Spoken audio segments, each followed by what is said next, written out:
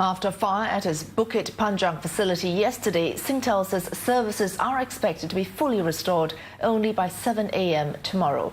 But it says fibre cable services for corporate customers are up and running. It was in this fibre chamber measuring 40 metres by 5 metres that caught fire. And many consumers as well as corporate services felt the heat. An estimated 60,000 broadband and 46,000 Mio TV customers were affected.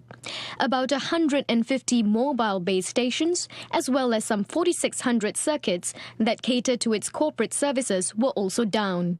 This SingTel building at Bukit Panjang is one of 9 central offices that houses key internet equipment and provides fibre infrastructure. SingTel says it has about 100 technicians and engineers on site working round the clock to restore services as soon as possible.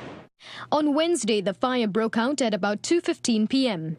SingTel engineers started work after 6 p.m. when they could access the area. At 8 p.m., SingTel said its services were expected to be completed by 6 a.m. on Thursday. At 9 p.m., it said 8 out of 33 damaged cables were restored. But at 11 p.m., SingTel said the damage was more extensive than initially assessed. At a news conference today, SingTel said 149 cables were damaged, of which 2/3 belong to OpenNet, Singapore's ultra-fast fibre broadband network builder.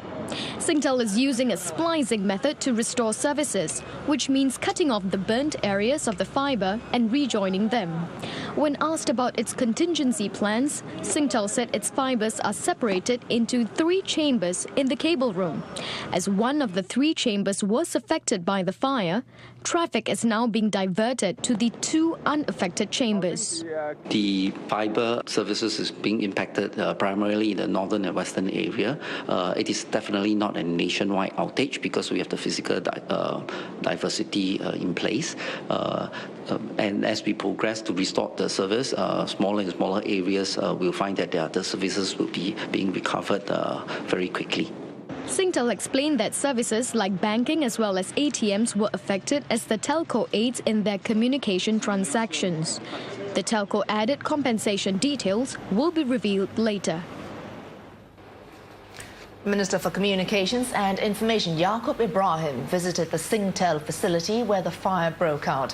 Dr. Yaacob called the outage a major incident and said he shared the frustrations of those affected by it. He noted that the priority is to get services fully restored and to get to the bottom of what sparked the fire. Dr. Yaacob also addressed concerns about having sufficient backup systems. This is an area which IDA has always been concerned. Long before anything has happened, we've always been looking at this closely. Clearly, there are things in which we will begin to learn because the systems are becoming very complex. But I'd like to assure Singaporeans that IDA is on top of the situation because resilience, reliability and robustness of the system is important for us as we get wired up across the island.